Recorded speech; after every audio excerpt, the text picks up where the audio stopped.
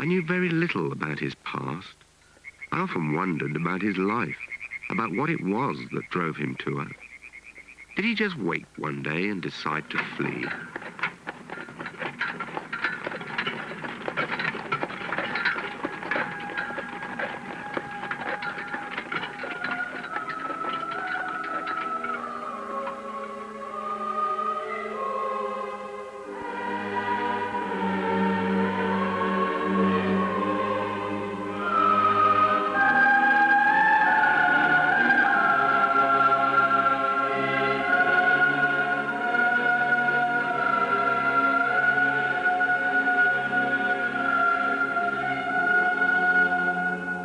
It was a warm summer morning that first time we laid eyes upon him.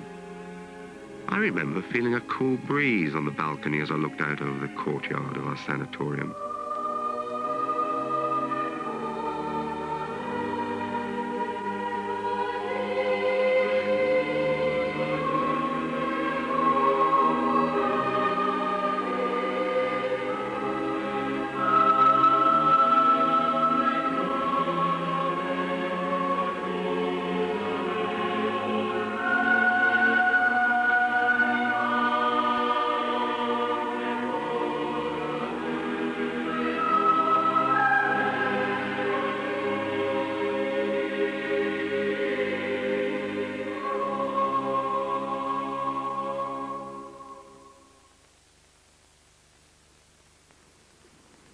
I hope, David, that you've anticipated a long stay.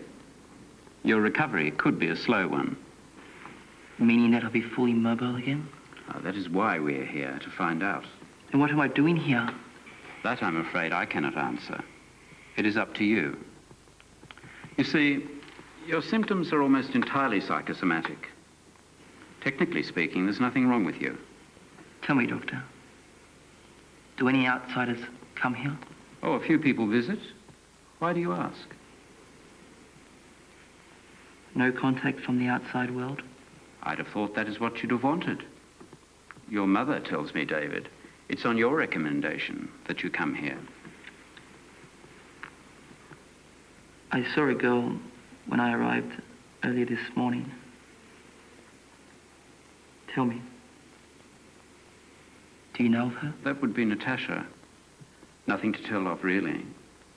She often visits the patients. I could arrange a meeting, if you like. That won't be necessary, Doctor. It's entirely up to you, David. Dinner is served promptly at 6. It should give you time to settle in.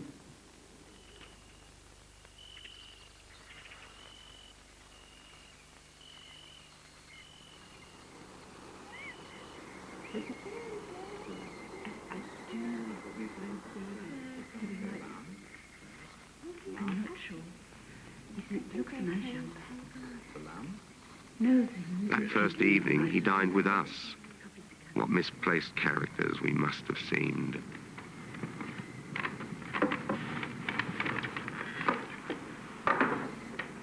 I'm fine, thank you. I'm not a complete invalid. Come on now, lad. There's no need to overexert yourself on your first day here.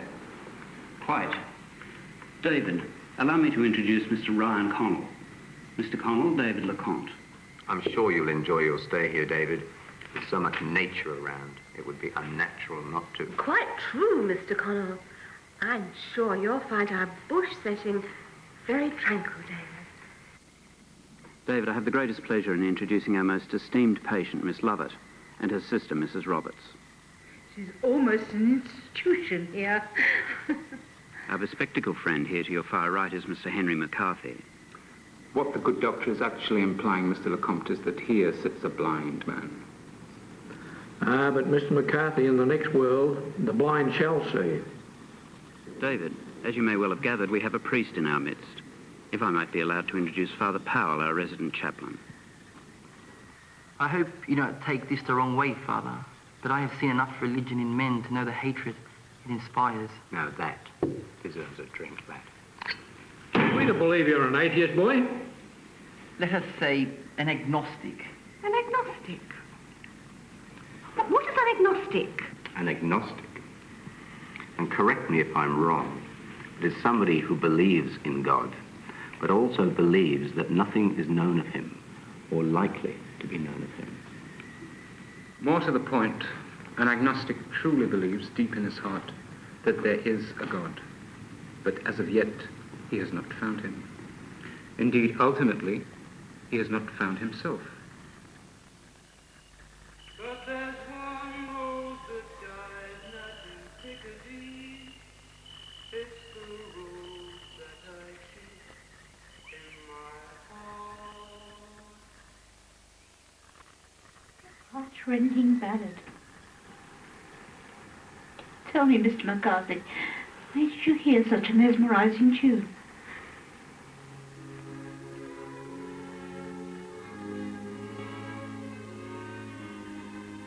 It's an old song, which my friends would sing to me many years ago.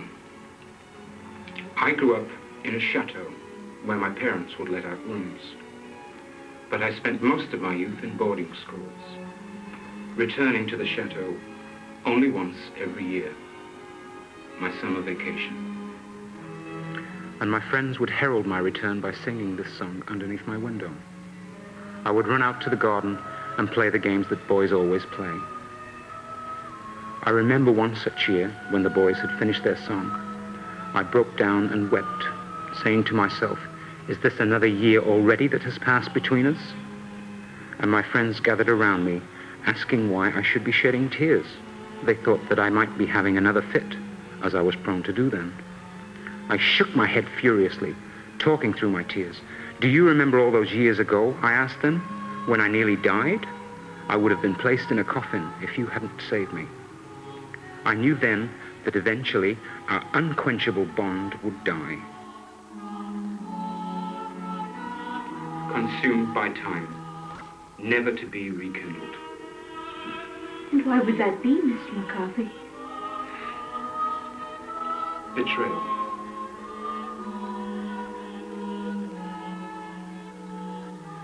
Camaraderie is one of the most splendid things in the youth. You know, Mr. McCarthy, that song brings back the most sublime memories to me of a boy I once knew. So pure, so chaste. You must have felt quite deeply for him, Father Powell. Yes, I loved him. Not only did I love him, I admired him as well. He was such a beautiful boy. He was like a son, something I could never have. Are you sure that's not a love song, Mr. McCarthy? What is it, sister? I can remember that Douglas used to sing that song to me.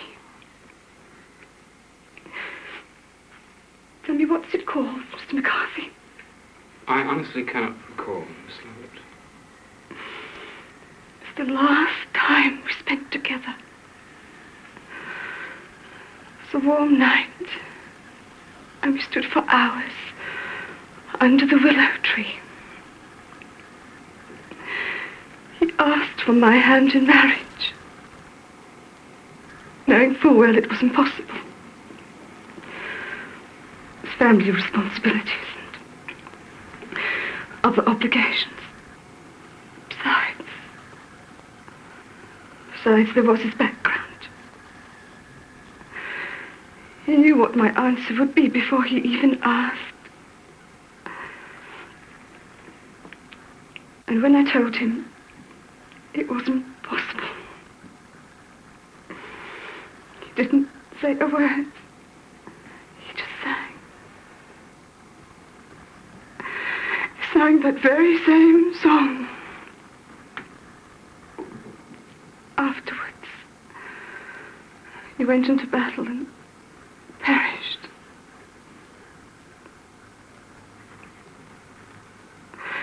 There's not been a single day I have not regretted my decision.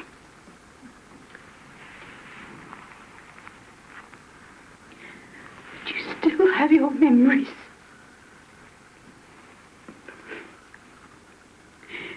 Do you know who reminds me of your young Douglas? They'll tell you. leave it there. Oh, yes. I see what you mean. Surely it does bear his mark. Forgive me. Sorry, I seem to have drunk too much this evening. Indeed, Miss Lovett, nothing could be further from the case. Your words of love have touched me dearly.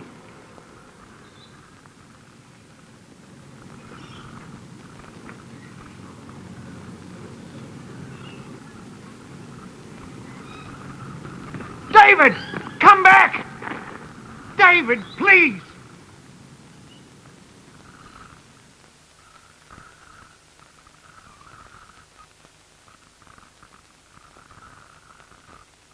Indeed, we can all only hope that one day the memory of each of us will also live on in such a song, in someone else's heart.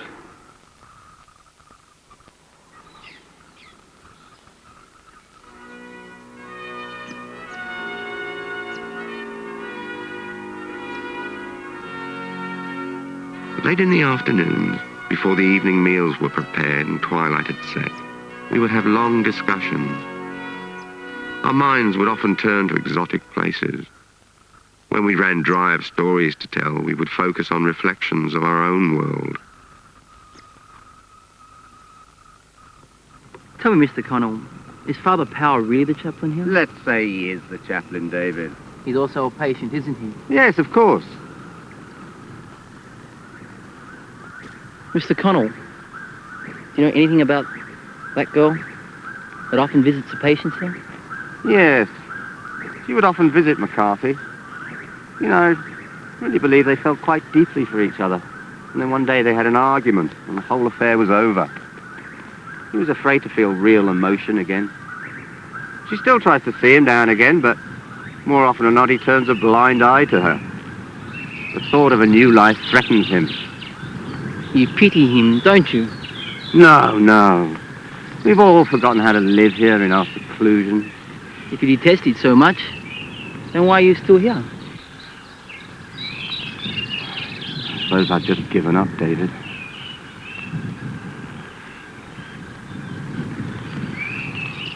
But tell me, why are you here? Sometimes during those long afternoons, he would wander through the hills, far away from any of us. I often wonder if he was looking for her.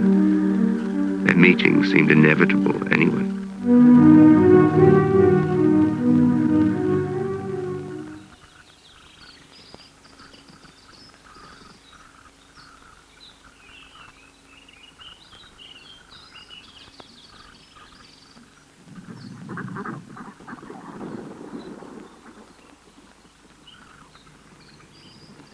Do you know that book was banned for 100 years? What? The book was banned for 100 years. Well, then I hope it's good. I'm Natasha. You must be David. Dr. Russell told me you might like some company.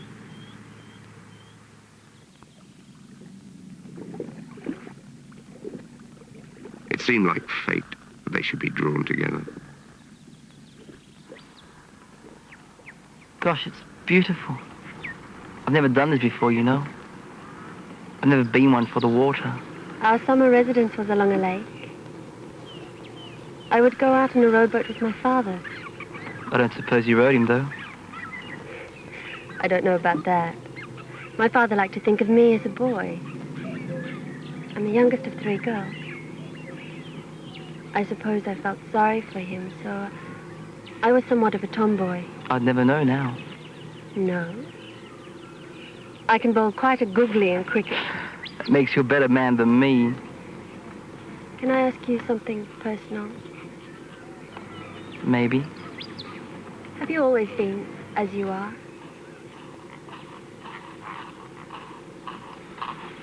Sorry, I shouldn't have asked.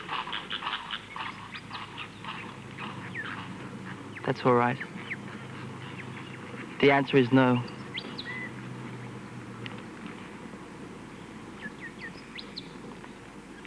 It was a terrible fall from a horse. I'm afraid this year hasn't been the best. I've just returned from abroad.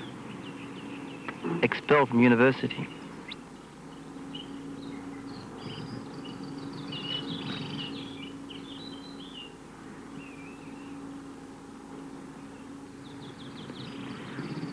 Would you like another drink? I don't know about that.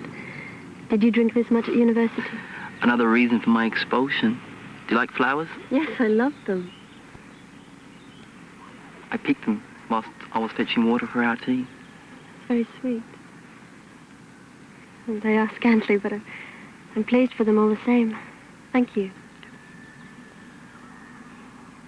Tell me about boys in your life. I bet there's many an admirer. Do you mean boys or men? Well, either, really. I'm afraid I shall have to disappoint you. I suppose I've lived a sheltered life. My mother was sick for many years. I was in her constant company, nursing her. She died last year. I'm sorry. I shouldn't make you speak of such things. It's all right. It's on my mind most days. Natasha, would you do me a favor? Well, that depends on what it is. Would you let me put a flower into your hair?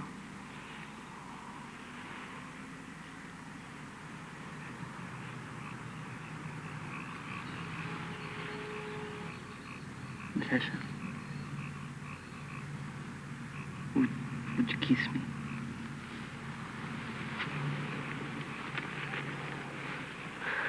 You smell like my mother. I don't know if I can trust you.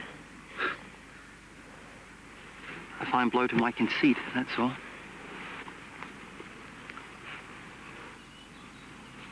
Suppose it's time to get you back.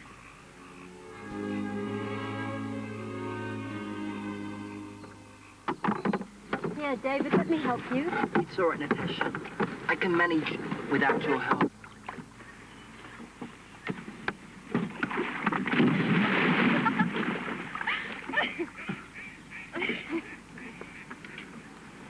Sorry, David, I don't mean to laugh at you. You should have let me help you. I'm sick, and I'm tired of who I am and what's driven me here. What in God's name are you doing here anyway? Why are you here? David, believe me. I know what you're going through. Natasha, please do not patronize me. David, believe me. I know what it's like. I was a patient here once. Then why did you still come here? What is it? Is it this thing? This pathetic relationship you have with McCarthy? Because if that is what it is, can't you see how pathetically laughable the whole sort of affair is?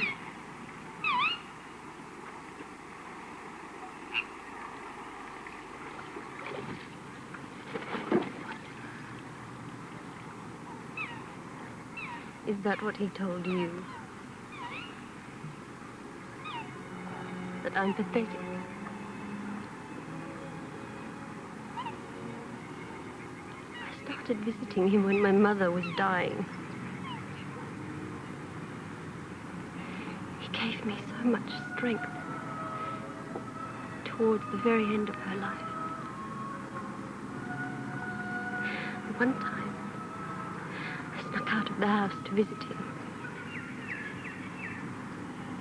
He told me he didn't think it such a good idea that I see him anymore. I left him, bewildered, wondering what it was I could have done to make him feel this way towards me. But when I arrived home, I could see her lying down peacefully, alone. She died. But I wasn't there with her. My father has never said anything. I can tell by the look in his eyes.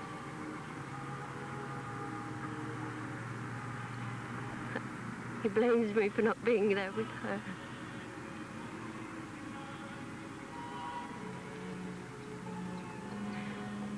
needed someone so desperate. McCarthy wasn't there for me.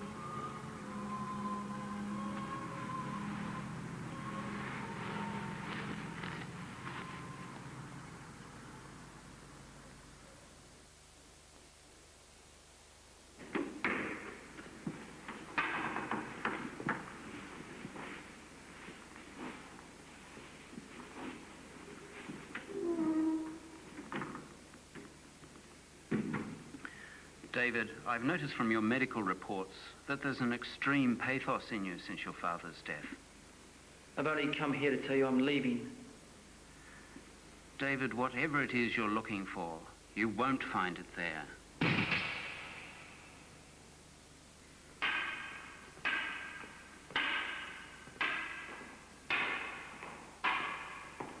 David! David! What is it you're looking for? Is it this? Is it this? Is it this?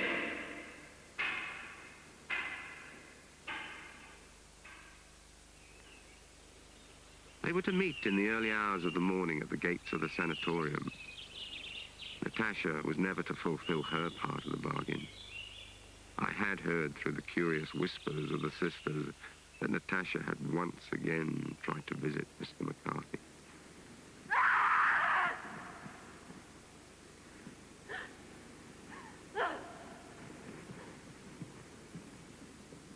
David. She's deserted me.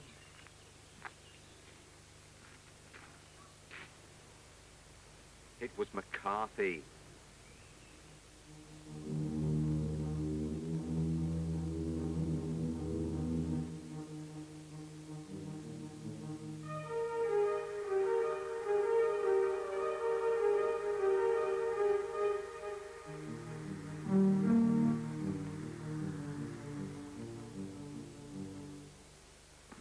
Where is she?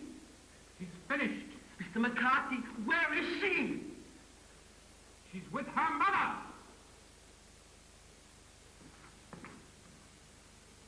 Do you think you're any better than I am, David?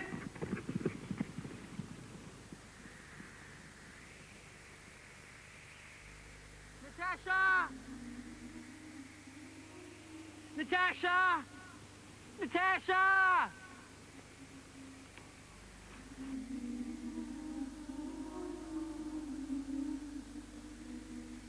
Natasha!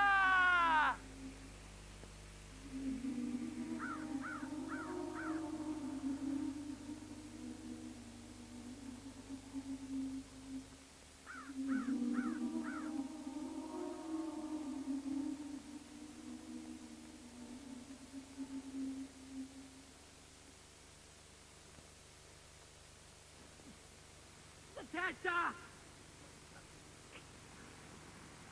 Natasha!